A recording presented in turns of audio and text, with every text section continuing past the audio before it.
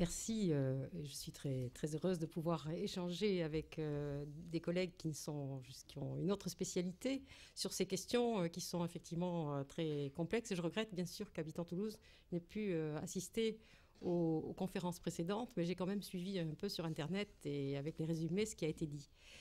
Donc moi, je voudrais vous poser la question suivante en tant qu'anthropologue. Qu'est-ce qu'un parent? C'est une question qui a l'air toute bête, mais qui est assez compliquée dans les situations, les configurations des nouvelles, familiales nouvelles des sociétés contemporaines. Je crois que vous avez jusqu'à maintenant abordé les conditions dans lesquelles, dans nos sociétés occidentales, grâce à la contraception, à l'aide médicalisée à la procréation et grâce à l'adoption, on peut choisir le nombre de ses enfants, on peut choisir le moment de leur naissance, on peut devenir parent avec un nouveau conjoint, sans conjoint, devenir parent tout en étant stérile ou homosexuel. Or, la procréation médicale avec donneur ou l'adoption ont pour caractéristique d'introduire d'autres parents dans le jeu. C'est aussi un peu le cas, d'une autre manière, dans les familles recomposées après divorce, où l'enfant est souvent doté d'un père et d'un beau-père, d'une mère et d'une belle-mère. Donc dans les nouvelles configurations familiales, on se trouve donc avec des parents sociaux, si on peut dire, qui s'ajoutent aux parents de sang, de sorte qu'on parle, les sociologues, les anthropologues en ce moment, d'un nouveau terme qui est le terme de pluriparentalité. Donc face à cette situation, on peut se demander comment notre société se confronte avec cette question de pluriparentalité. Et il me semble que la réponse, dans un premier temps, c'est de montrer que ces pluriparentalités sont tout à fait contraires à notre système de filiation et que notre système, notre culture, finalement, a du mal à avaler, je dirais, ces nouveautés. Donc, dans un premier point, j'examinerai quels sont les fondements de notre système de filiation et pourquoi ces pluriparentalités sont difficiles à adopter d'une certaine manière. Puis je montrerai comment donc on a résolu la question au fond, en éliminant l'un ou l'autre de ces pluriparents. Et enfin, je terminerai sur des éléments qui me permettent de penser qu'on va vers une sorte de reconnaissance des pluriparentalités. Ce qui nous amènera d'ailleurs, évidemment, à poser la question, non pas psychologique, pour moi, ce n'est pas mon domaine, mais la question anthropologique de qu'est-ce qu'un parent, en droit et en fait. Donc, premier point, pourquoi notre système de filiation serait-il contraire à ces pluriparentalités? Il me semble que ce qui nous caractérise, enfin, pour nous, il va de soi, dans nos sociétés, que nous sommes apparentés de la même manière, donc à notre père, à notre mère, nos 4 grands-parents, paternels et maternels.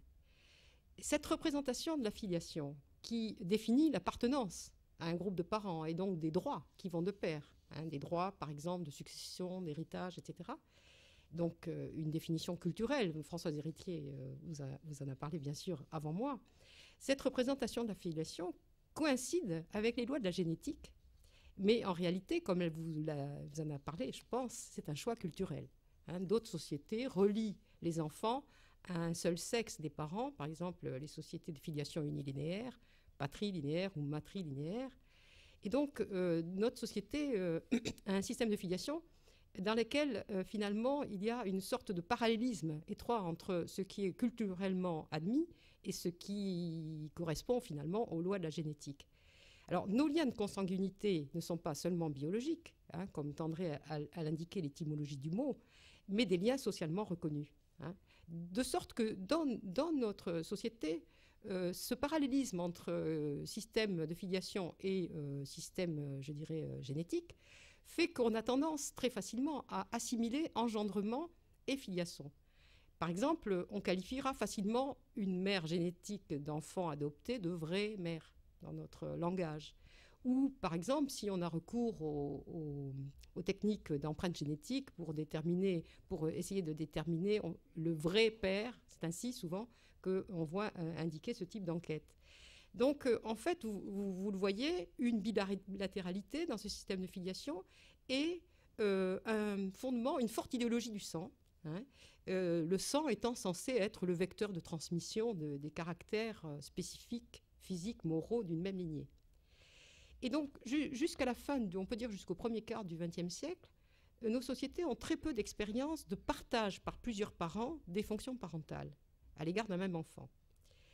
Les choses ont beaucoup changé depuis, hein, puisque je vous indiquais, depuis quelques décennies, depuis qu'il y a divorce et recomposition familiale, depuis qu'il y a développement de l'adoption, depuis qu'il y a procréation médicalement assistée, les liens électifs dans la parenté occupent une place de plus en plus importante et valorisée, elle aussi. Hein. La loi du cœur est valorisée, c'est le cas par exemple dans l'adoption.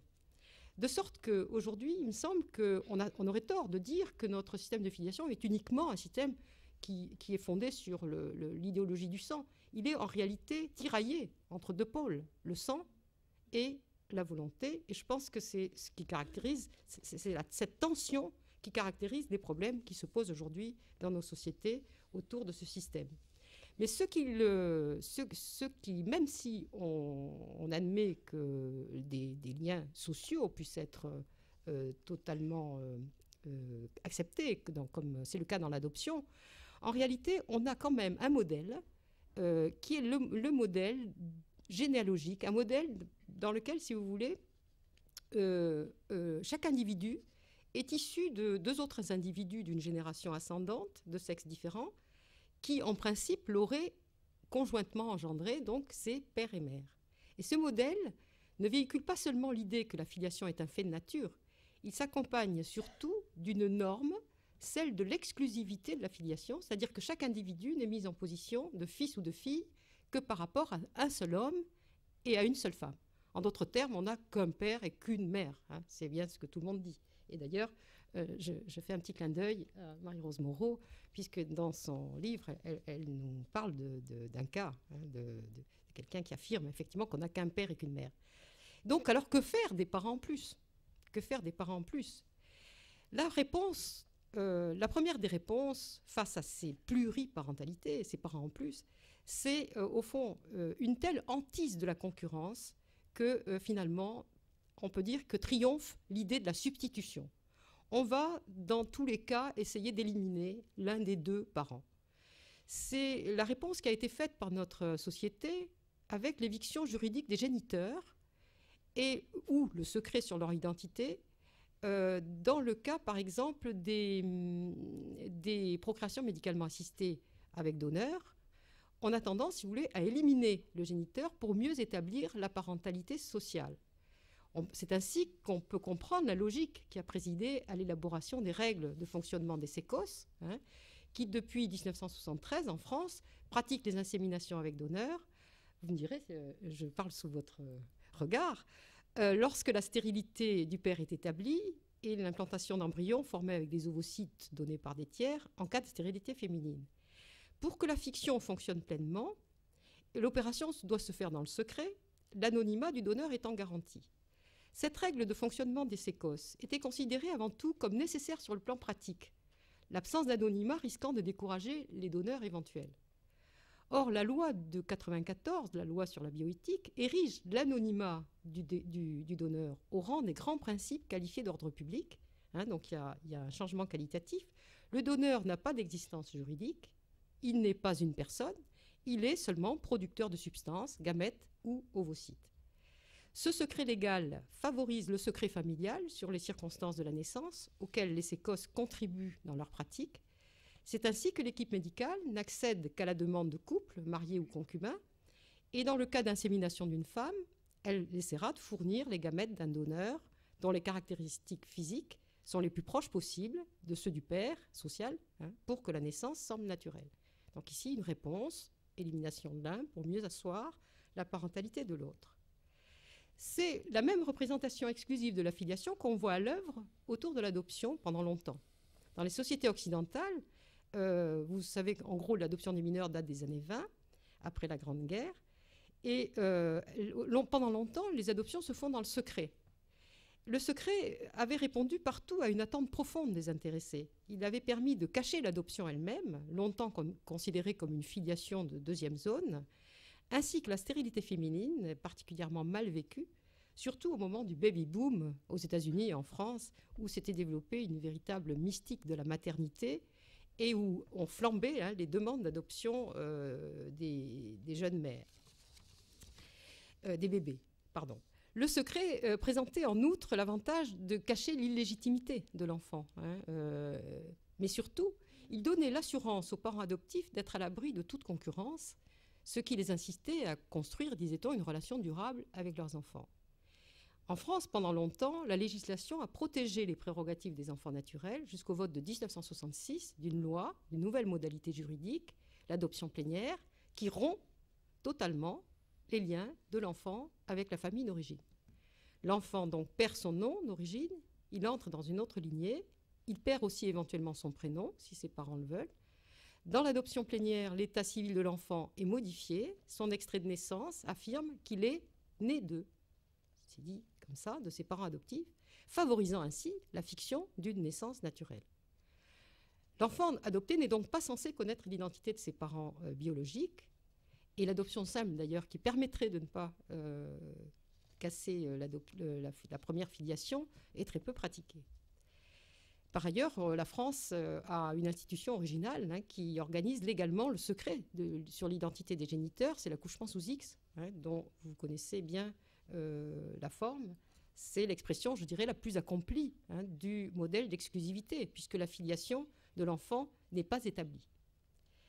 Le droit français n'impose pas un rattachement automatique de l'enfant à ses géniteurs, contrairement au droit germanique, par exemple, de sorte que l'enfant, adopté le plus rapidement possible, n'a qu'une seule famille, sa famille d'adoption. Vous le voyez, en résumé, dans les adoptions d'enfants dans les sociétés occidentales, pendant longtemps, l'idéal recherché a été que parents de sang et parents adoptifs n'aient aucun contact et même s'ignorent totalement. En revanche, dans les familles recomposées après divorce que nous vivons et qui sont beaucoup plus nombreuses, on voit que bien cette pluriparentalité est à l'œuvre d'une certaine manière, puisque après la séparation du couple, très souvent l'enfant est donné en garde à sa mère et il y a un beau-père, souvent aussi gardien, qui assume souvent une fonction nourricière et éducative de type paternel à l'égard de son bel enfant, fonction qu'il partage en général avec le père et la mère de l'enfant. Les enquêtes de sociologie et d'ethnologie qui commencent à sortir maintenant depuis quelques années sur les familles recomposées après divorce montrent qu'il y a une concurrence réelle et une rivalité très grande entre les pères, beaux-pères, mais surtout entre les mères, belles-mères. Et pourtant, les statuts juridiques sont très clairs. Le beau-père, on a réglé le problème. Le beau-père n'a aucun statut juridique. Il n'est rien pour l'enfant, c'est un étranger, vous le savez. Il est frappé d'inexistence juridique, donc sur le plan du droit, les choses sont réglées. Mais sur le plan des pratiques, les choses sont moins simples. Et pendant longtemps, les familles recomposées ont été perçues assez négativement, et les services sociaux, de même que les acteurs de la recomposition familiale, ont eu tendance, si vous voulez, à instaurer un modèle de substitution en faisant jouer au beau-père le rôle du père. C'est ainsi que dans les familles recomposées, surtout de milieux défavorisés, assez vite on éliminait le père, et puis le beau-père était érigé au rang de père qu'on faisait appeler par les enfants papa, etc. Bon, alors, bien sûr, cette situation change, on y reviendra sans doute tout à l'heure. Le modèle ultime de ce type de substitution, c'est l'adoption de l'enfant du conjoint, qui est souvent coupe de manière radicale les liens avec le géniteur. Et cette adoption intrafamiliale, elle est assez importante en France, on ne le dit pas assez. En France, on a supprimé la possibilité de faire une adoption plénière de l'enfant du conjoint. Mais aux États-Unis, par exemple, elle est très pratiquée. Et donc, les pères sont éliminés juridiquement de la famille de leurs enfants et sont amenés à demander, par exemple, des droits de visite, éventuellement, pour voir leurs enfants. Donc, voilà, il y a dans ce choix, vous voyez, une sorte de logique, une cohérence, qui consiste finalement à ne pas supporter la concurrence de deux pères ou deux mères et à essayer, au moins juridiquement ou dans la pratique, en mettre un de côté. Et en fait, on s'aperçoit que ces coparentalités, effectivement, posent le problème de la définition même de catégorie de parents. Qui est parent? Celui qui donne ses gènes ou celui qui donne naissance? Celui qui prend soin de l'enfant et qui l'élève? Celui qui donne son nom? Celui qui transmet ses biens? autant de composantes de la parentalité qui sont dissociées dans d'autres sociétés, souvent, mais se recouvraient jusqu'à une époque récente dans nos sociétés. Ce point nous est apparu très clairement lorsque nous avons lu les travaux de nos collègues ethnologues qui ont travaillé sur les adoptions dans les sociétés hors de l'Europe, comme les sociétés océaniennes ou africaines, où on voit que là, il y a des dons d'enfants de famille à famille, dans lesquels les parents de sang connaissent parfaitement bien les parents à qui ils donnent des enfants, et donc où la notion de propriété de l'enfant est beaucoup moins développée que chez nous. De sorte, si vous voulez, qu'il y a une sorte de diffraction du rôle parental entre ceux qui donnent naissance, ceux qui élèvent, mais par exemple au moment du mariage, les parents de sang peuvent avoir certaines interventions. Vous voyez une sorte de fragmentation des fonctions parentales. Et je me réfère ici à un travail d'une anthropologue anglaise, Esther Goody, qui a proposé de décomposer la parentalité, ce qu'elle appelle en anglais le parenthood, en 5 éléments distincts. Donc, en quoi consisterait la parentalité? Concevoir et mettre au monde, donner une identité à la naissance, ce qui est l'élément juridique, nourrir, ce qui est encore autre chose, élever et garantir l'accès de l'enfant au statut d'adulte, ce qui veut dire accès à un métier pour les garçons souvent, et mariage, etc. Vous voyez, la deuxième fonction parentale, la transmission de la filiation, ne fait pas l'objet d'un partage, en général, dans la plupart des sociétés étudiées par l'anthropologue. Mais les autres attributs de la fonction parentale, nourrir, élever, etc., peuvent être dispersés entre plusieurs lieux et divers individus. Alors évidemment, dans nos sociétés, on est dans des configurations très différentes, mais l'analyse d'Esther Goody me paraît très intéressante pour préciser, dans nos sociétés, la nature des fonctions parentales partagées. Le partage de la résidence, celui de la fonction nourricière entre père et beau-père, par exemple, mère et belle-mère dans les familles recomposées après divorce, est intéressant de voir comment elle se fait dans nos sociétés. On ne s'étonnera pas que les questions les plus difficiles concernent le partage du processus de conception et de mise au monde, compte tenu de ce que nous avons dit de notre système de filiation, qui est si près des lois génétiques. Donc, qu'est-ce qu'un père, qu'est-ce qu'une mère dans les procréations médicalement assistées ou dans l'adoption? C'est quand même une question importante. Nous avons tout à l'heure examiné les réponses que le droit a apportées. Dans nos sociétés, c'est en effet l'instance juridique qui établit la filiation. Les définitions juridiques de la paternité et de la maternité ne s'appuient pas uniquement sur la réalité génétique, comme vous le savez, mais aussi sur la fiction ou la réalité des situations sociales. Le mariage, par exemple, fait du mari le père des enfants, même si ce n'est pas lui qui les a conçus, peu importe. De même, la déclaration volontaire dans le cas d'une reconnaissance de paternité naturelle fait le père, juridiquement. Donc vous voyez, le droit protège tout particulièrement les filiations volontaires que sont la paternité et la maternité adoptive, par exemple, ou la paternité de l'homme qui a consenti à l'insémination de sa compagne ou de son épouse, puisqu'on ne peut jamais revenir là sur contester la paternité. Donc on s'aperçoit dans ces configurations que, en fait, on a une définition juridique de la filiation qui ne s'appuie pas nécessairement sur le sang, comme vous le voyez, et par ailleurs, des applications jurisprudentielles de la loi de 1972 sur la recherche en paternité, qui de plus en plus propose comme référence les empreintes génétiques. Donc on est, dans notre société en ce moment, à un véritable tournant, puisqu'on a 2 types de références pour définir la filiation, ce qui est vraiment une de trop. Une définition sociale, ce qui est le cas de toute société, et tout à coup une autre définition qui de plus en plus s'appuie sur les empreintes génétiques, donc le biologique. Mais même donc, quand le droit dit clairement c'est lui ou ce n'est pas lui qui est le père ou la mère, en réalité, tout n'est pas réglé pour autant. Et ce qui m'a intéressé dans une enquête qui a été faite sur les mères devenues mères par insémination avec donneur, une thèse qui a été soutenue à Caen, une des seules d'ailleurs, je crois, en sociologie, qui a été faite sur ces questions, ce qui est très intéressant, c'est la manière dont les mères parlent du donneur. Les sécos, si vous voulez, ont comme politique de parler du donneur, justement, en proposant ce terme, qui est un terme, au fond, qui un peu neutre. Et la manière dont les mères parlaient de ce donneur a été très contrastée. Les unes disaient, pour moi, c'est pas quelqu'un, c'est des spermatozoïdes, c'est rien. Mais d'autres, et les plus nombreuses, en tout cas dans ce travail, disent que ce donneur est quelqu'un qui est extrêmement important. c'est une personne, je cite, « Sans lui, je n'aurais pas eu ma fille, donc il était aussi présent que mon mari à l'accouchement. » Ou encore une autre mère, je la cite, « Au moment de la naissance, je l'aurais embrassé, il avait beaucoup de place. » Donc, vous voyez, on ne peut pas dire que, même une fois qu'on a réglé le problème avec le droit, en disant cet homme-là n'existe pas, qu'il n'existe pas dans la tête des mères qui ont donné naissance à un enfant.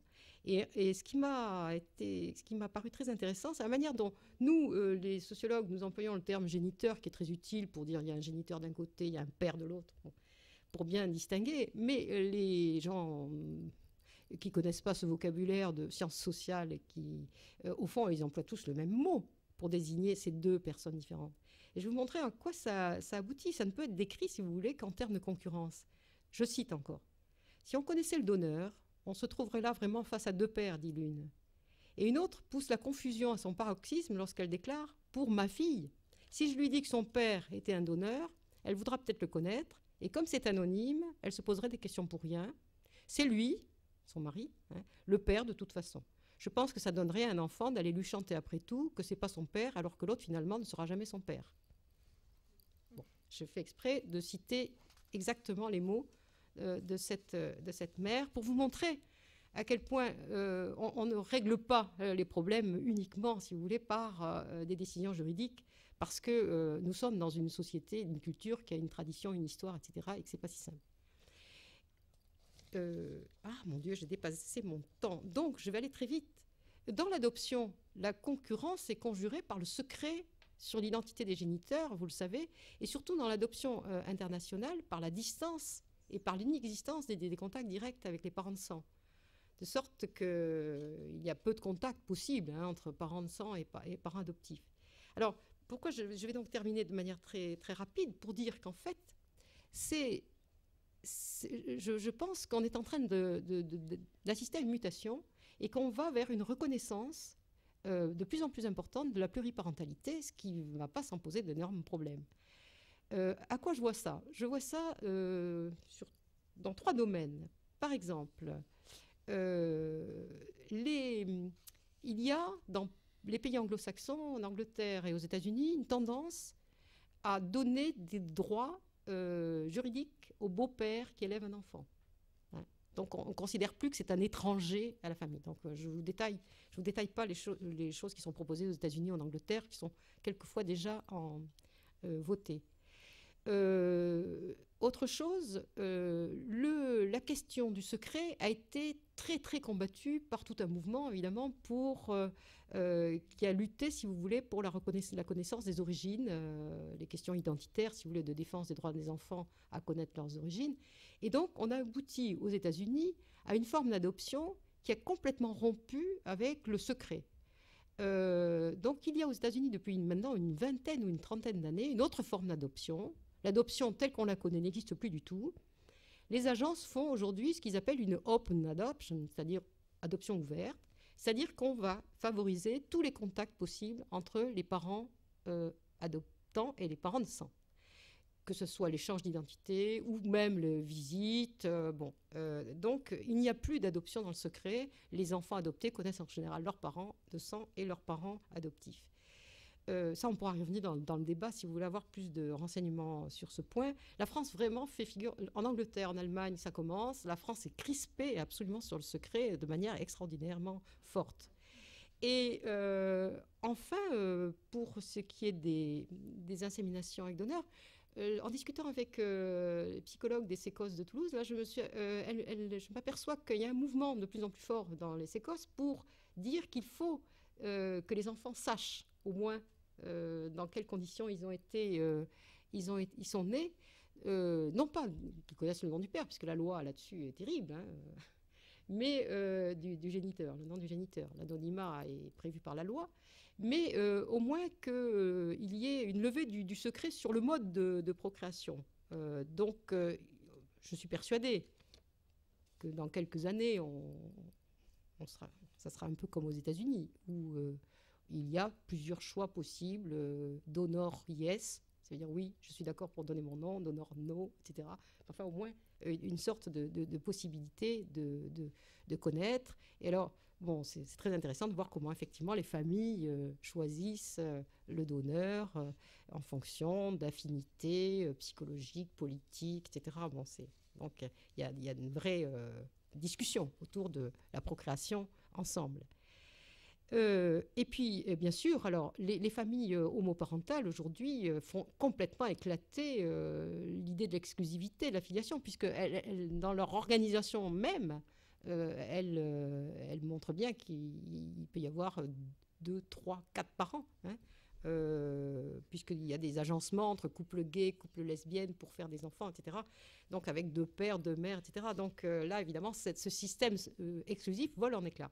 Donc, je conclus très vite, donc, excusez-moi, en 2 mots, pour dire au fond que ce que je retiens de cette, c'est que de cet exposé, si vous voulez, c'est que au fond, pour comprendre l'ampleur des mutations, il faut peut-être distinguer ce qu'on appelle parentalité, qui recouvre, si vous voulez, juste la question du rapport entre parents et enfants, ce qu'on pourrait traduire en anglais par parenthood, si vous voulez. C'est-à-dire ce champ-là, qui va être développé par mes collègues, hein, c'est-à-dire ce champ de construction des rapports entre des parents et des enfants, qui est quelque chose de très différent du champ de la parenté au sens où les anthropologues emploient le terme kinship en anglais, qui est l'ensemble des rapports de parenté, qui ne sont pas limités donc au seul rapport entre le parent et les enfants.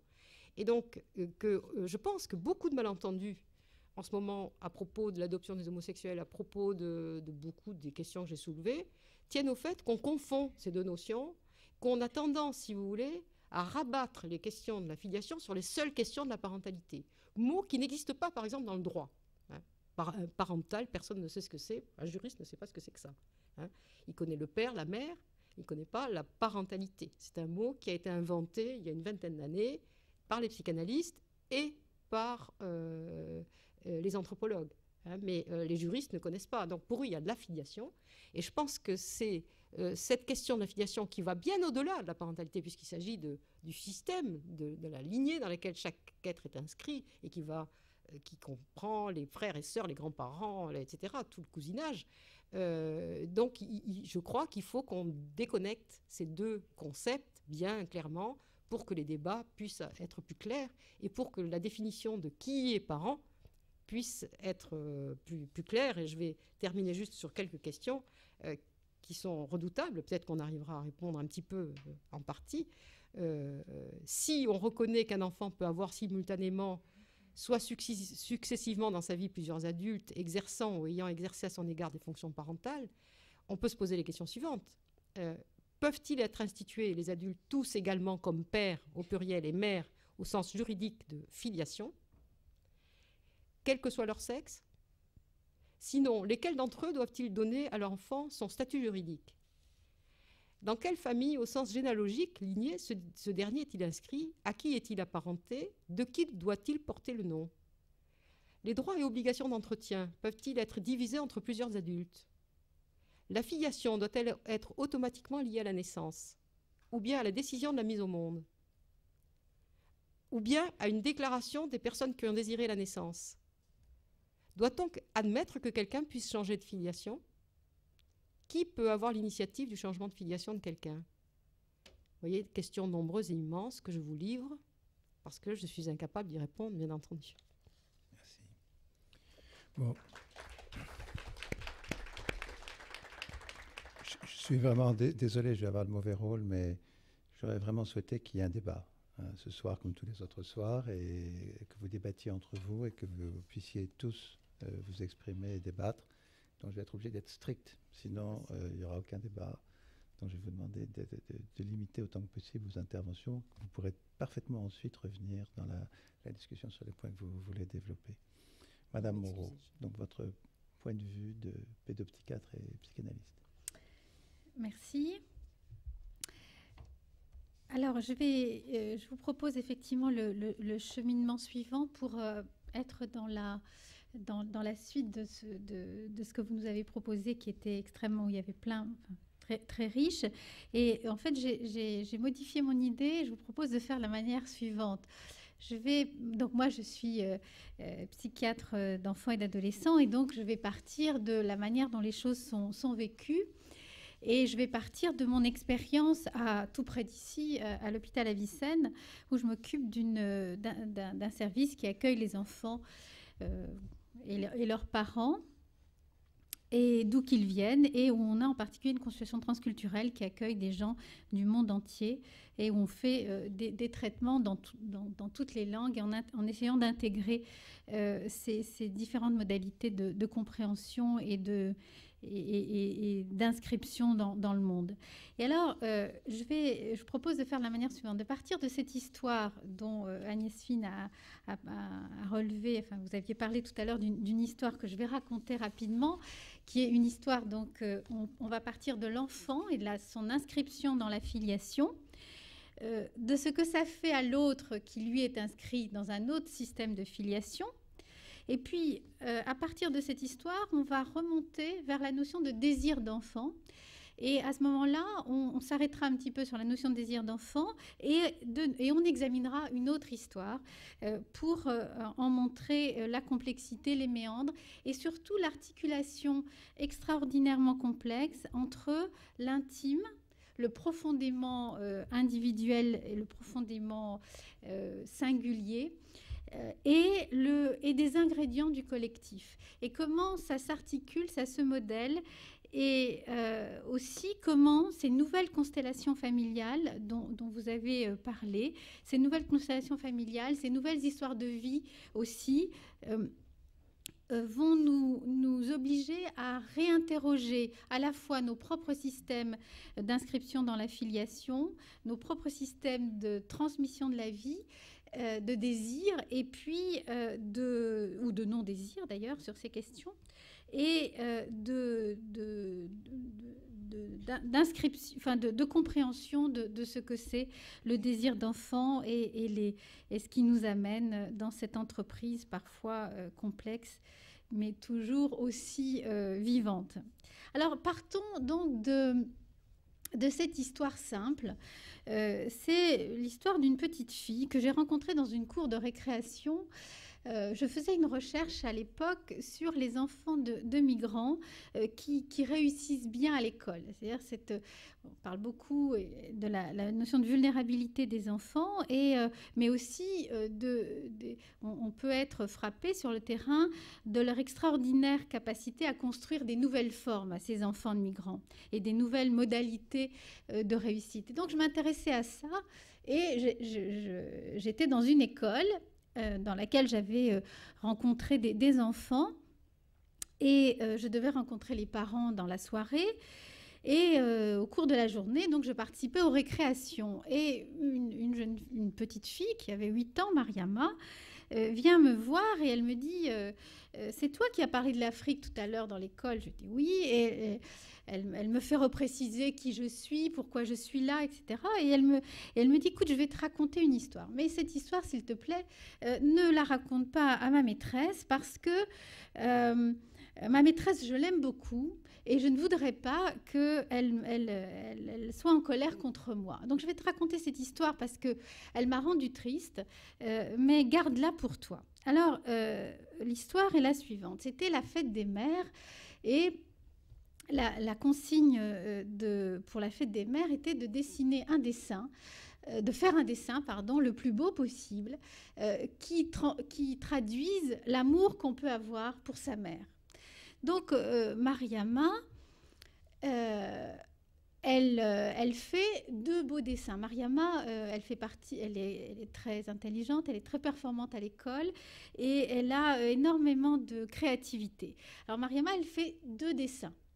2 dessins assez différents l'un de l'autre, et qui tous 2 traduisent au pluriel donc son amour pour ses mères.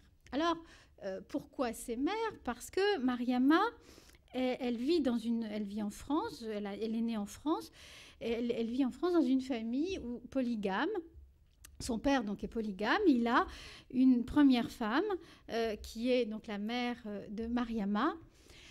Et puis, il a pris récemment une plus jeune femme qui, elle, n'a pas encore d'enfants. Plusieurs années déjà qu'elle vit au foyer, mais il n'y a pas encore d'enfants qui sont venus. Et cette petite mère, c'est comme ça qu'elle l'appelle, Mariama, est très proche de Mariama, parce qu'en fait, elle est arrivée dans le foyer à peu près au moment de la naissance de Mariama. Et cette jeune mère, cette petite mère, pour reprendre les mots de Mariama, c'est celle qui parle bien le français et qui a donc beaucoup de liens avec l'extérieur. Et cette petite mère, elle a depuis toujours aidé Mariama à faire le passage entre le monde du dedans et le monde du dehors. Donc cette petite mère est aussi celle qui lui manifeste le plus de sentiments tendres. Mais ce n'est pas sa mère biologique. Sa mère biologique, c'est la première épouse. Et il n'y a aucune confusion pour Mariama. Elle a sa mère et sa petite mère. Donc, elle a fait 2 dessins qui représentent l'un, je les ai vus, ces dessins, c'est le respect pour sa mère, une mère présente, qui trône au milieu comme ça d'un endroit avec plein de verdure autour. Et puis un autre dessin où c'est un dessin où il y a des éléments de tendresse beaucoup plus évidents. Donc elle a fait ces 2 dessins et la maîtresse regarde ces 2 dessins et lui dit: mais Mariama, toi qui d'habitude comprends toujours la consigne, là cette fois-ci tu n'as pas compris la consigne. J'ai demandé à ce qu'on fasse un dessin pour sa mère. Elle dit: Mariama, sûre d'elle quand même, c'est une petite fille qui est à l'aise et qui dit: mais j'ai 2 mères. Et la maîtresse lui dit: mais une mère, on n'en a qu'une. Et elle prend le dessin et elle enlève l'autre dessin. Elle enlève le dessin, elle élimine ce second dessin. Elle ne l'élimine pas, en fait, elle le froisse et Mariama va le récupérer. Mais elle va le récupérer, mais elle va garder cette idée, Mariama, qu'elle est là dans une sorte d'étrangeté, que sa filiation, qu'elle assume avec beaucoup de bonheur, qui est une affiliation qui ne pose, une filiation, des affiliations, mais une filiation qui ne provoque pas de douleur ou de questionnement, puisqu'elle est clairement inscrite dans cette constellation. Va venir elle va simplement en percevoir le fait qu'il y a là une sorte d'altérité radicale. Et effectivement, cette histoire nous apprend autant sur la question pour Mariama que sur nous-mêmes, c'est-à-dire nous qui avons des structures familiales où on n'a qu'une mère. Il y a une sorte de confrontation là qui se fait. Et au nom d'une sorte de... Il ne faut pas qu'il y ait de confusion. La structuration psychique se ferait sur l'unicité. Hein. Il y a là une sorte de frottement où Mariama va garder ça ensuite comme quelque chose qui va devenir quelque chose de l'ordre de l'altérité problématique, de quelque chose qu'elle va par exemple me raconter à moi avec cette idée: tu connais l'Afrique, c'est-à-dire tu nous as parlé de l'Afrique, donc tu sais que ce que je vais te raconter n'est pas quelque chose qui est pathologique. Enfin, hein, c'est pas comme ça qu'elle parle, Mariama. Mais là, ça dit donc ça dit énormément ce type de confrontation sur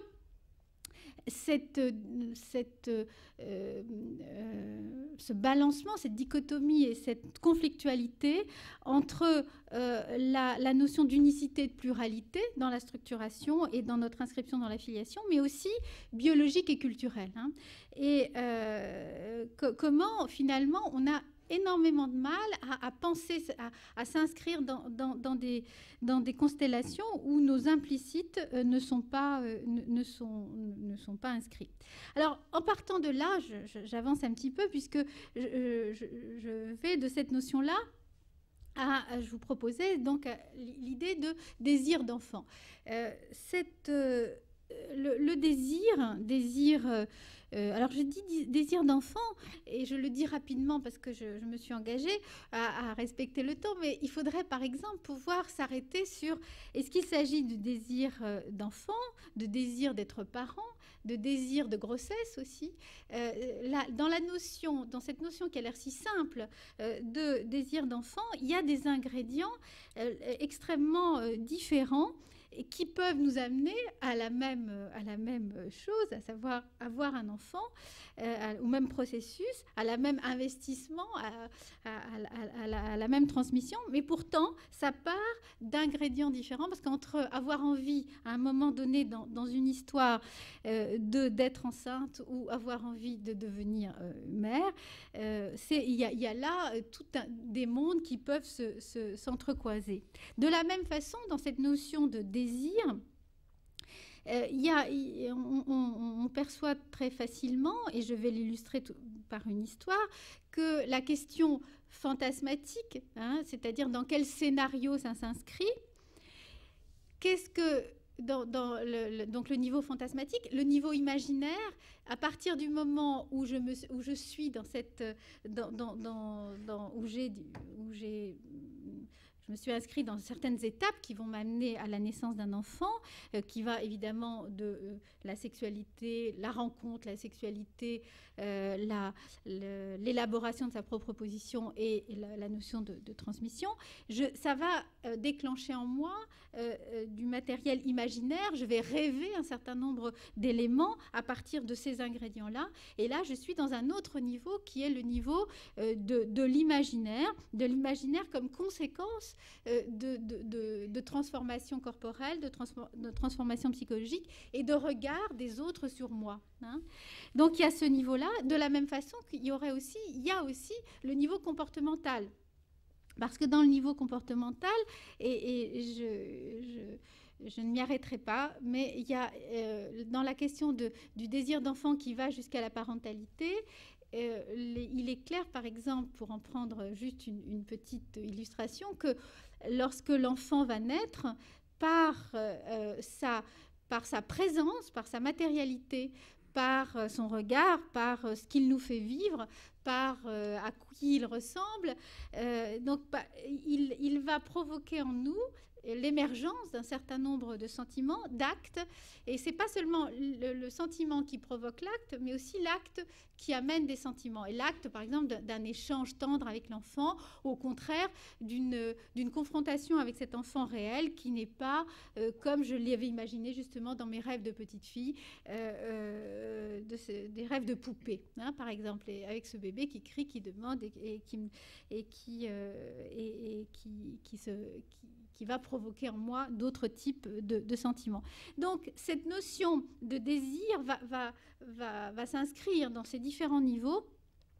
Et à chaque fois, que ce soit dans le niveau fantasmatique, imaginaire ou comportemental, s'articule de nouveau la notion de l'individuel et le collectif. C'est-à-dire, non seulement comment j'expérimente ces étapes, comment j'expérimente les choix, les étapes, voire la conflictualité de ces moments-là, mais aussi ce que je prends de collectif qui est porté par exemple par ma mère, par ma grand-mère, par les femmes autour de moi, par les femmes de ma classe d'âge, etc. Donc ce collectif qui est évidemment porté par des personnes, mais l'impact du collectif et des représentations de la filiation est là très fort. Alors, pour en montrer quelque chose donc, de concret, l'histoire que je voulais vous raconter est la suivante. Il s'agit d'une jeune femme que je rencontre, je vais l'appeler Zara. Elle a 30 ans et Zara, elle est née en France. Ses parents ont migré avant la naissance de Zara. Zara, c'est la fille aînée. Et ses parents, son père en particulier, a migré avec ce projet migratoire que j'entends souvent dans mes consultations, qui est faire en sorte que mes enfants survivent et qu'ils s'approprient le monde d'une certaine façon. Alors, c'est un monsieur, le père de Zara est un monsieur, c'est un intellectuel. Lui, c'est un intellectuel au sens où il croit très fort au poids des idées, mais il ne sait ni lire ni écrire, mais il est comme ça épris de la notion d'idées, de transformer le monde avec des idées. Donc ses enfants se sont inscrits dans ce projet, et Zara, c'est une fille qui a extrêmement bien réussi à tous les niveaux. Et quand je la rencontre, elle vient me voir donc avec la question suivante, c'est que elle raconte qu'elle n'arrive pas à avoir d'enfant et qu'avant d'aller faire des démarches, donc ça fait déjà plusieurs années qu'elle cherche à avoir des enfants, et qu'avant d'aller faire une démarche de procréation, enfin d'aller demander à ce qu'on l'aide par la technique, dit-elle, elle veut essayer de comprendre pourquoi elle n'arrive pas à avoir d'enfants, parce que les médecins lui ont dit il pouvait arriver les enfants. Enfin, c'est comme ça qu'elle présente les choses. Donc elle vient à la consultation, et puis elle explique très bien que son parcours, donc le désir de son père, que cette fille réussisse, désir qu'elle a tout à fait incarné. Elle raconte aussi comment, à l'adolescence, elle a expérimenté dans la transgression une sexualité harmonieuse, hein, c'est-à-dire que elle a mené sa vie, elle a fait ses rencontres, elle a expérimenté ce qu'elle a voulu expérimenter, avec une sorte de plaisir de faire, de rencontrer. À la fois, elle sentait une transgression par rapport aux normes parentales, mais en même temps, sa réussite à l'université et puis une sorte de tendresse pour ses parents faisait que bon, elle négociait la dose de la transgression, la distance par rapport aux parents, et puis le fait de rester la fille d'eux.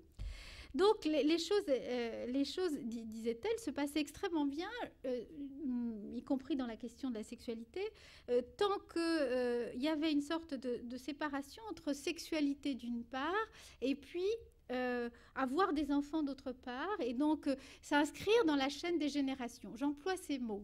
Zara, elle parle comme ça. Elle dit s'inscrire dans la chaîne des générations.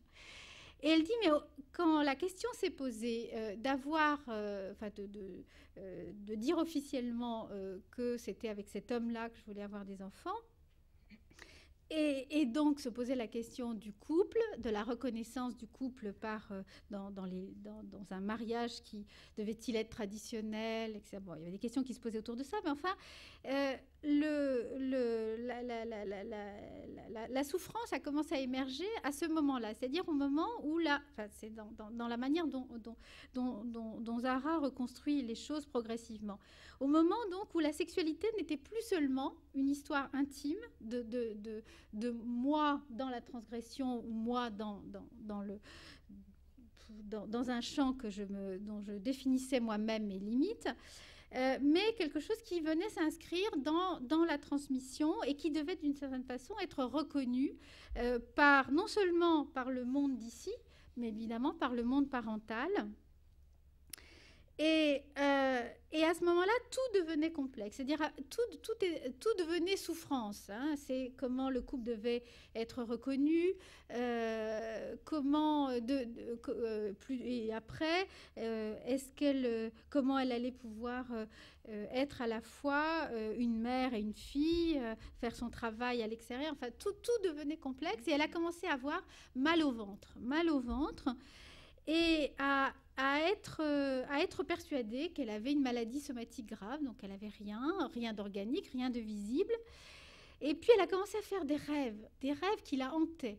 Et elle n'arrivait pas à se débarrasser de ses rêves. Et donc elle a commencé à les raconter à sa mère. Et donc les rêves, c'était des rêves où elle voyait des bébés qui se transformaient en animal, des métamorphoses. Et puis, elle voyait des bébés qui avaient toujours les yeux fermés et des bébés qui ne semblaient pas vivants.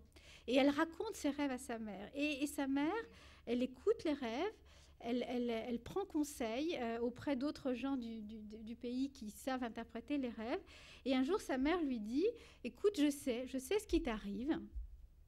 Il t'arrive comme il est arrivé à la grand-mère maternelle, celle dont tu portes le nom. Tu as un bébé endormi. C'est-à-dire qu'à l'intérieur de ton ventre, il y a un bébé, et ce bébé est endormi. C'est une théorie culturelle extrêmement fréquente et quasi universelle, parce qu'on la retrouve dans beaucoup d'endroits différents. Mais c'était une théorie qui à la fois a apaisé Zara, c'est-à-dire qu'elle s'est dit, donc, elle a effectivement, c'était quelque chose qui était partageable avec sa mère. Ça portait un nom, c'était le bébé endormi.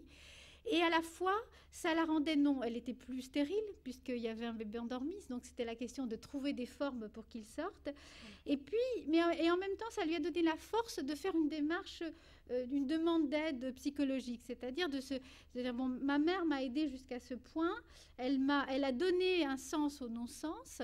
Elle m'a accompagnée dans une partie de mon chemin, mais maintenant je dois aller aussi chercher à l'extérieur quelque chose qui va transformer mon désir en quelque chose d'une transmission de la vie possible et d'une transmission en situation migratoire, c'est-à-dire dans quelque chose qui préserve la multiplicité des appartenances et la multiplicité des regards.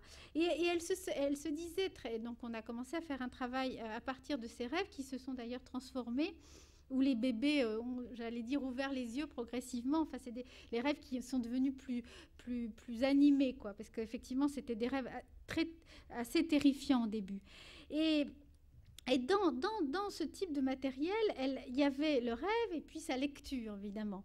Et le rêve comme produit le plus intime possible, enfin, c'est vraiment ça vient du dedans et ça vient... ça s'inscrit dans nos conflictualités. Et en même temps, par les lectures et par les interprétations des rêves, il y avait là la place pour justement ce matériel collectif où elle disait bien, je ne peux pas... j'ai besoin de trouver des nouvelles formes de transmission. C'est-à-dire que mon désir individuel, parce qu'il est clair qu'à ce moment-là, Zara, elle avait envie, c'était une sorte de nécessité. Elle avait à la fois envie d'une grossesse, elle avait envie d'avoir un enfant, et elle avait envie de s'inscrire dans la chaîne, pas seulement des filles, mais aussi des mères. Mais cette envie, ce désir était englué, non seulement dans une conflictualité dont on voit bien, par exemple, le regard de son père, hein, c'est-à-dire quelque chose où il fallait dire à l'extérieur qu'elle avait une sexualité et qu'il y avait une transmission de la vie possible, à l'extérieur du couple, mais il y avait aussi cette nécessité pour Zara de négocier avec l'ensemble de ces ingrédients pour se sentir à sa place, c'est-à-dire à la fois dans ce désir-là, désir d'être mère, désir d'être femme comme ça, à sa façon, c'est-à-dire en prenant des deux mondes, et d'assumer une sorte d'altérité créative. Donc, c'est l'essentiel de ce que je voulais dire. Donc, je vais m'arrêter là pour vous laisser poser des questions tout à l'heure. Voilà, merci beaucoup.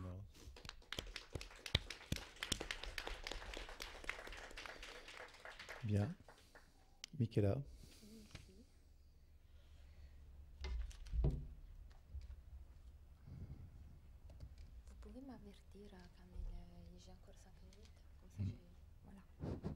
Bon, alors, moi je vais faire un discours un peu différent, étant donné que voilà, c'est différent en fait mon point de départ. Moi je suis philosophe.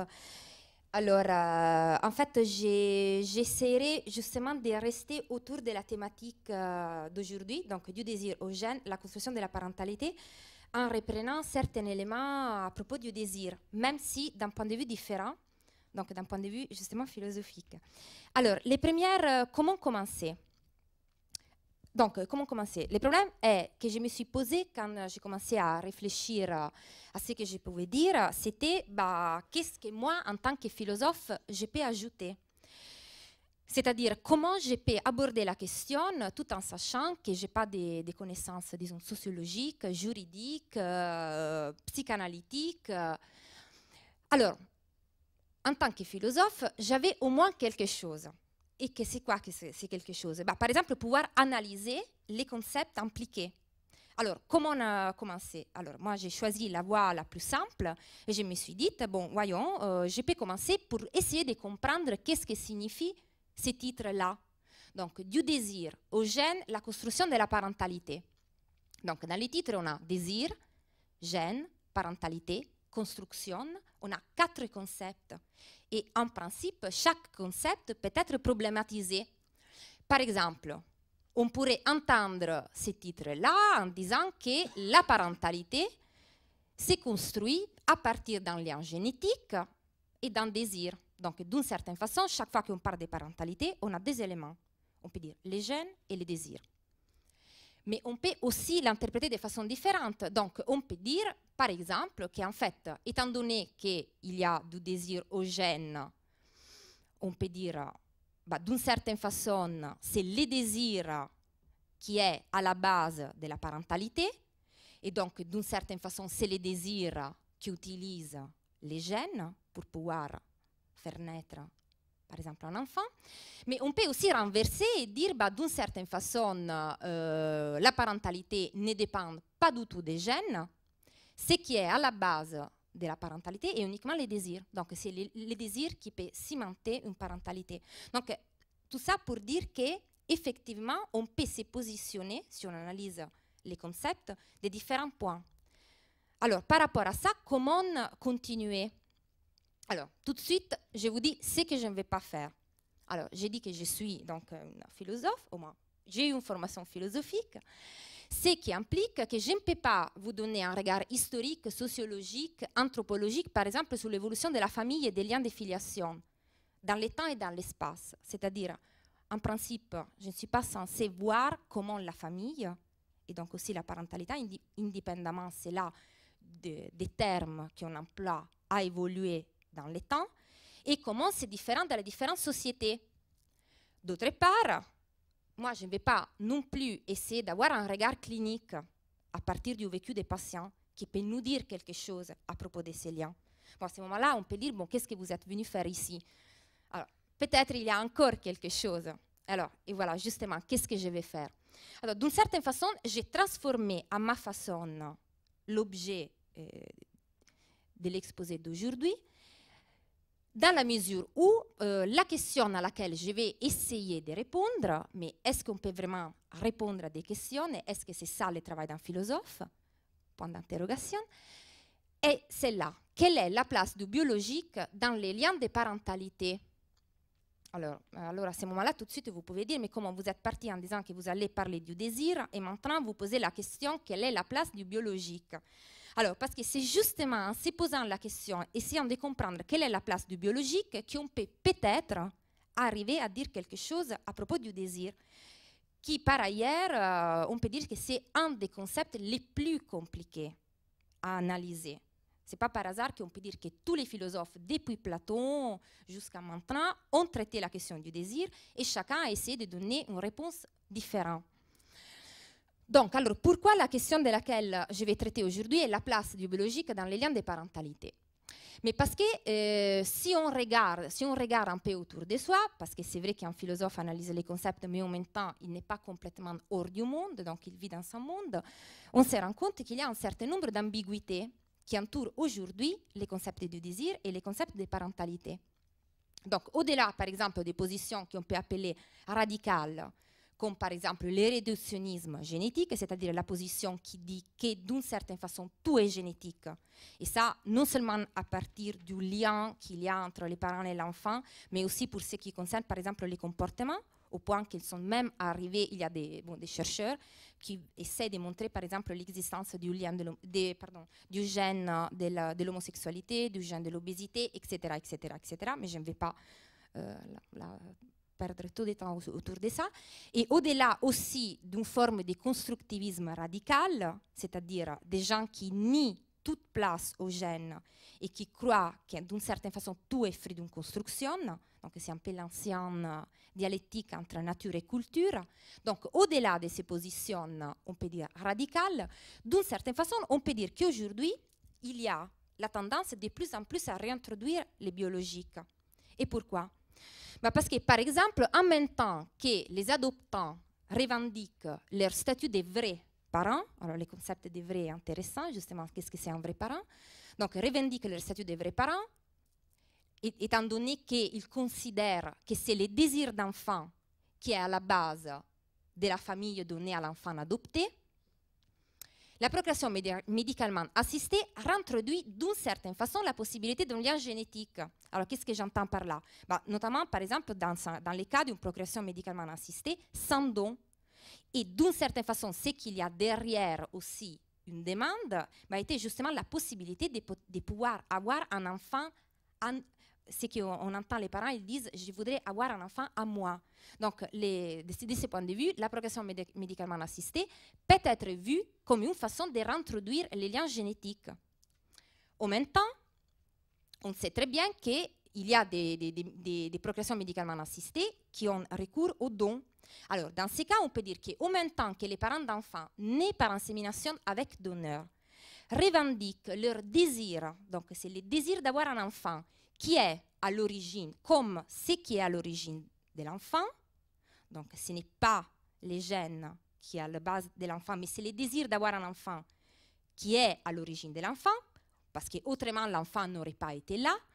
Donc, en même temps qu'on a ça, maintenant on assiste par exemple au débat sur le clonage qui, d'une certaine façon, réactualise la notion de patrimoine génétique. Et qu'est-ce que j'entends par là? Par exemple, si on pense à la question du clonage reproductif, à part beaucoup des problèmes qu'on peut voir là derrière, c'est pas ça les problèmes, la chose intéressante est essayer de comprendre pourquoi. Pourquoi il y aurait besoin d'un clonage. Alors, à part les différentes questions, par exemple la dupliquée, etc., à part tout ça, il y a aussi quelque chose de très fort, c'est-à-dire la possibilité d'avoir un enfant pour des couples stériles à partir de son propre patrimoine génétique. Et donc, d'une certaine façon, ça réintroduit encore une fois la question du patrimoine génétique, donc du lien génétique. Mais alors, étant donné ces différentes ambiguïtés devant lesquelles on est, qu'est-ce que c'est à ce moment-là le désir d'enfant? C'est-à-dire, il y a un lien, par exemple, entre désir et gène, et qu'est-ce que c'est la parentalité?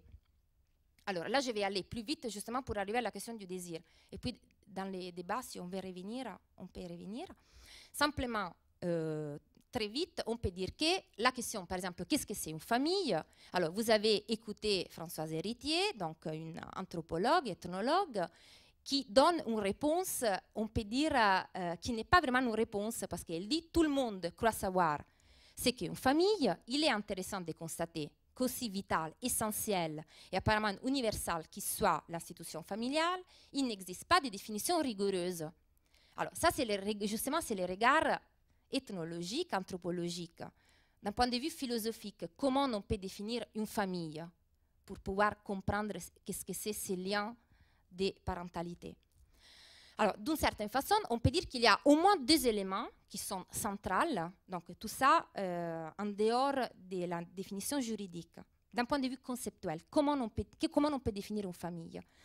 D'une part, on peut dire que la famille est une cellule de la société, dans le sens que c'est le lieu où l'enfant grandit, devient adulte, acteur social et agent moral, donc c'est-à-dire ce qui permet justement à un individu de grandir et d'assumer sa responsabilité. C'est pour ça que je parle d'agent moral. L'agent moral est celui qui assume sa responsabilité. Et l'acteur social, c'est celui qui peut justement vivre à l'intérieur d'une société.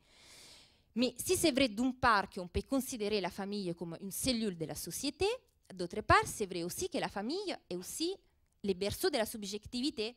Donc non seulement les lieux où l'enfant devient acteur social et agent moral, mais aussi les lieux où l'enfant devient un sujet.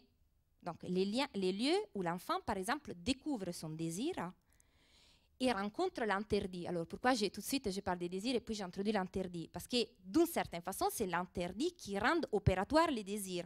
Donc, c'est à l'intérieur d'une famille que l'enfant, qui au tout début est, on peut dire, entouré par ses besoins, commence à comprendre qu'est-ce que c'est un désir et commence à avoir la possibilité d'inscrire son désir dans le monde. Or, là, je vais aller vite parce que j'aurais voulu détailler l'aspect cellule de la société, simplement pour vous indiquer, on peut dire que ça, il y a des différentes conceptions d'un point de vue, disons, philosophique. D'une part, on peut avoir une conception naturelle, et c'est un modèle qui a été conçu pour la première fois par Aristote. Donc, moi, j'avais mis une citation, si vous voulez, après on peut revenir. Simplement, c'est la genèse de la famille. La famille, c'est la cellule de la société, et elle est parce que ça fait partie de la nature. Il faut savoir aussi qu'Aristote est un peu celui qui justifie même l'esclavage, parce qu'il y a des esclaves par nature. Puis on a une conception, disons, conventionnelle, selon un modèle plus juridique. Et puis il y a en fait une conception mixte, qui est très intéressant parce que d'une certaine façon, c'est la conception qui permet de mettre ensemble la nature, la culture et la convention. Et ça, on le retrouve par exemple chez Rousseau. Parce que chez Rousseau, on peut apparemment croire que la famille est on peut dire, la plus ancienne de toutes les sociétés et la seule naturelle. En même temps, c'est intéressant, si on lit tous les passages, on arrive à comprendre que si tout début, la famille est naturelle, elle est parce qu'elle permet aux enfants justement de grandir, là où les enfants ont besoin de tout. Mais après, les liens qu'il y a entre enfants et parents, ça devient conventionnel à partir du moment où les enfants n'ont plus nécessairement besoin de leurs parents. Alors, d'autre part, j'ai dit, la famille comme lieu de construction de la subjectivité. Donc, j'ai déjà dit que c'est le lieu où l'enfant expérimente et découvre son désir, accède au statut des sujets, mais pour faire cela, il a d'une certaine façon besoin d'une part de protection et d'autre part d'autorité. Alors, pourquoi je vais souligner ces aspects? Parce que c'est aussi ça qu'on va retrouver à l'intérieur du concept du désir. Alors, pourquoi l'enfant a besoin de protection et d'autorité? Il a besoin de protection parce qu'il dépend complètement de ses parents, donc il n'est pas encore ce qu'on appelle un sujet de droit. Il a des besoins, il découvre les désirs, mais en même temps, il a besoin aussi de l'autorité, donc ce que j'ai appelé l'interdit, dans la mesure où c'est la parole des parents qui peut être structurant pour l'enfant et peut l'aider à limiter son besoin, par exemple, d'avoir tout, et à lui montrer que grâce à cette limite, il peut rendre opératoire son désir, c'est-à-dire justement mettre une limite qui est par ailleurs la limite du réel et qui est très important parce qu'on ne peut pas arriver à comprendre exactement qu'est-ce que c'est, par exemple, les désirs, si on ne prend pas en compte aussi la présence des limites du réel. Alors, en ce moment-là, on peut arriver à aborder la question du désir. Alors, on a déjà écouté un certain nombre de réflexions très intéressantes sur le désir. Moi, disons que en essayant de faire une analyse conceptuelle du concept, on peut dire que, après on va dire quelque chose sur le désir en tant que tel, mais quand on parle du désir d'enfant, la première chose qu'on ne peut que remarquer est la présence d'un certain nombre d'ambiguïtés. Donc, le désir d'enfant n'est pas monolithique. Et pourquoi? Il y a des différents composants. Cela ne veut pas signifier que chaque fois, il y a tous ces composants.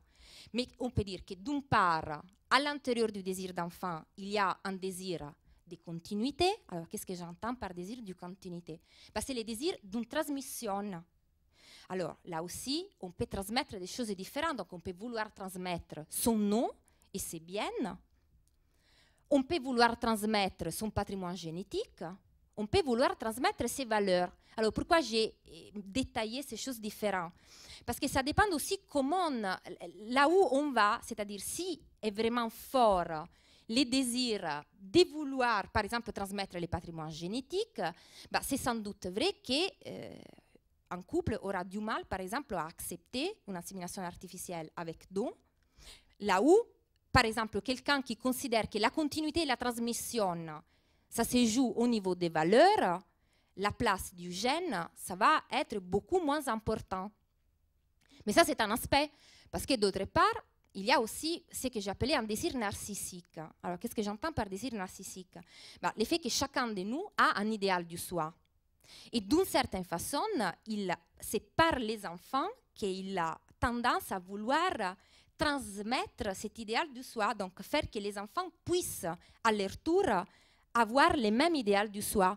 Alors, chose qui peut avoir là encore des aspects, parce que l'autre chose intéressante, c'est non seulement l'effet qu'il y a des différents composants, mais c'est que chaque fois, la balance peut aller d'un côté ou de l'autre. Donc, d'une part, ça peut impliquer la fierté, donc les parents qui sont fiers par rapport à leur enfant, mais d'autre part, ça peut aussi impliquer, par exemple, une forme de contrôle. Parce qu'afin que l'enfant puisse effectivement être une espèce de miroir du soi, à ce moment-là, il faut les contrôler, il faut les diriger. Un autre composant est, et ça on vient de l'écouter, c'est le désir de devenir à leur tour parent. Alors qu'est-ce que signifie désir de devenir parent? D'une certaine façon, jusqu'à quand on n'a pas d'enfant, on reste l'enfant de ses parents, donc les fils de sa mère est la fille de son père. Donc, d'une certaine façon, accepter et désirer de devenir parent signifie, d'avoir un enfant, signifie désirer de pouvoir prendre la place, de pouvoir à son tour montrer la capacité d'être une mère ou être un père. Un autre composant qui parfois est présent, c'est le désir de réparation. Alors, qu'est-ce que j'entends par désir de réparation? En principe, être enfant est difficile dans la mesure où c'est très facile d'être blessé en tant qu'enfant.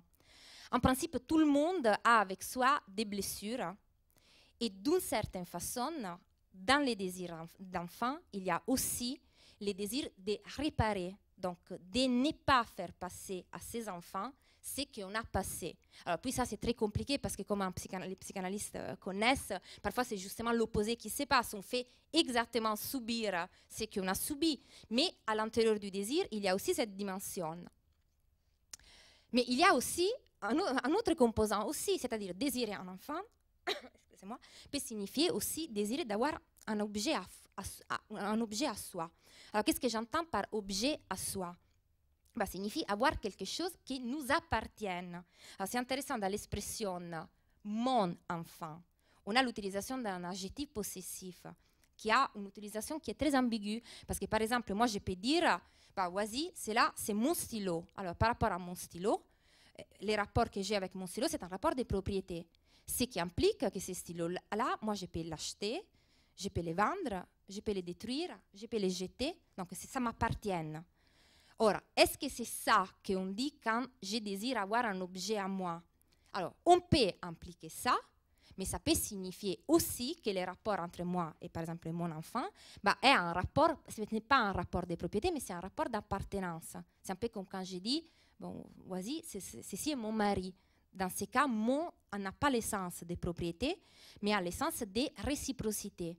Donc, dans les rapports, dans les désirs d'enfant, il y a aussi les désirs d'un rapport réciproque, donc d'une construction réciproque d'un désir.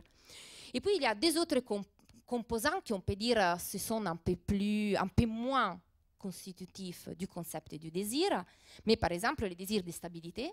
Souvent, on entend dire, pour un couple, avoir l'enfant, ça nous permet de devenir enfin un couple solide. Je ne vais pas dire que tous ces éléments-là, ils ne sont pas présents tout le temps. Simplement, j'étais en train de voir tous les différents aspects que ça pouvait avoir. Et enfin, aussi un désir de conformisme, c'est-à-dire faire comme les autres. Quoique, on peut dire que de plus en plus, on entend des femmes qui, justement, ne veulent pas avoir des enfants, justement pour ne pas faire comme les autres, on peut dire. 5 minutes, hein? Bon, alors je vais, d'une certaine façon, je vais terminer là. Donc, c'est-à-dire, bon, j'ai analysé les différents composants du désir d'enfant, mais qu'est-ce que c'est le désir? Qu'est-ce que c'est le désir? C'est très compliqué. Voilà, et justement, la première phrase qu'on peut dire quand on parle du désir, le désir est difficile à saisir. Et pourquoi? Alors, si on se réfère à Platon, bon, il y a une phrase célèbre dans la République, il dit « c'est une bête multiforme et polycéphale ». Bon, on l'a vu justement dans les cas du désir d'enfant, les différentes facettes, mais on peut dire que chaque fois qu'on parle du désir, on ne sait pas exactement de quoi on parle. En même temps, et bon là je me réfère à un autre philosophe, bah, c'est l'essence même de l'homme. Et pourquoi c'est l'essence même de l'homme? Parce que c'est justement les désirs qui, d'une certaine façon, poussent au mouvement. Donc, les désirs qui entretiennent une relation assez ambiguë, mais je n'ai pas le temps de développer, avec les besoins et avec les pulsions, a aussi une autre caractéristique, c'est-à-dire il se fonde sur un manque ontologique qui caractérise l'être humain, parce que l'être humain, c'est un être qui n'est pas tout et qui ne peut pas avoir tout, donc il y a constitutif chez lui un manque. Donc, le désir est justement le désir d'avoir ce que je n'ai pas. Donc, c'est le manque qui permet de désirer. Mais en même temps, le désir ne s'arrête pas là, ne s'arrête pas au manque. Parce que si s'arrêtait au manque, bah, ce serait un désir improductif. En revanche, le désir possède aussi une force qui est la force qui permet d'agir pour pouvoir arriver à avoir ce qui nous manque. En même temps, quand on parle du désir, chaque fois, on ne peut pas dire que l'objet du désir a des contours précis. Et pourquoi? Parce que souvent, ce n'est pas tellement l'objet, un objet spécifique qu'on désire, mais par exemple, on désire tout ce que cet objet signifie. Bon, on l'a vu dans les cas du désir d'enfant. Apparemment, il y a l'objet enfant, mais en réalité, il y a une série on peut dire des paysages que l'enfant peut engendrer. Il y a une phrase de Proust qui dit « Quand je désire une femme, je désire tous les paysages que cette femme peut engendrer ». Donc, d'une certaine façon, chaque fois qu'on a un désir par rapport à une personne, la personne est l'objet, mais c'est l'objet qui nous permet, comment dire, d'engendrer nous-mêmes avec cette personne quelque chose. Donc, par exemple, un paysage. Donc, de ce point de vue, désir d'enfant, c'est aussi le désir de tous les paysages qu'avec cet enfant, on peut engendrer. Donc, voilà, là, j'essaye d'aller vite. Et donc, j'ai conclu. Bon, j'aurais voulu dire quelque chose à propos du concept d'identité. Si vous intéresse, ça, on peut revenir. Alors, à ce moment-là, donc, on a dit les désirs, les différents composants du concept du désir d'enfant, les statuts ambigus du concept. À ce moment-là, les désirs, quel est le rôle du désir à l'intérieur d'un couple? C'est-à-dire comment les désirs transforment un couple en famille. Et donc, comment ça permet la constitution des liens. Alors, ça permet la constitution du lien parce que, d'une certaine façon, on a dit que les désirs partent d'un manque et ça nous permet d'aller à l'action. Mais l'effet que ça nous permet d'aller à l'action signifie que ça nous engage, ça engage notre responsabilité. Parce que chaque fois qu'on fait une action, on est responsable de cette action et des conséquences de cette action. Donc, d'une certaine façon, c'est la présence du désir que ça permet, par exemple, aux parents d'assumer leur rôle parental. Là où, d'une certaine façon, les liens génétiques, en tant que tels, n'engagent pas nécessairement la responsabilité. En même temps, les désirs, on a dit que c'est l'essence de la personne, et s'il se manifeste dans le corps. Alors, pourquoi j'ai insisté, il se manifeste dans le corps? Alors, d'une part, parce que on peut dire qu'on ne peut pas parler des personnes si on ne parle pas du corps, mais ça, c'est un discours, en fait, assez compliqué. Mais la chose importante, c'est de dire que si on était des esprits désincarnés, on aurait du mal, voire une impossibilité à parler du désir. Parce que d'une certaine façon, c'est par le corps que ces désirs se manifestent. Alors, pourquoi je parle d'une part de responsabilité, d'autre part du corps? Mais parce que le corps, ça nous permet de réintroduire le biologique, et donc on revient à la question du départ, quelle est la place du biologique dans les liens de parentalité? Et donc ça nous permet de dire que d'une certaine façon, est la question du corps, qui est consubstantielle à la personne et à son identité, et vouloir les nier signifiait réduire la personne en pur esprit, et donc vider les désirs des contenus. Mais en même temps, donc là, voilà. Et donc en même temps, bon là je reprenais les questions des débats contemporains, etc. En même temps, l'effet que c'est par le corps que les désirs se manifestent ne doit pas nous faire oublier justement toutes les caractéristiques conceptuelles du désir, et donc l'effet que le désir est quelque chose qui va bien au-delà du lien génétique et qui nous implique justement en tant qu'agent moral. Or, dans la construction de la parentalité, chaque parent est impliqué surtout en tant qu'agent moral et non seulement en tant qu'agent social. Donc, de ce point de vue, les désirs représentent vraiment, d'une certaine façon, les briquets qui permettent de construire ces liens de parentalité. Bon, je suis allée très vite, j'ai sauté plein de choses. Si vous voulez revenir, on peut les faire pendant les débats. Merci.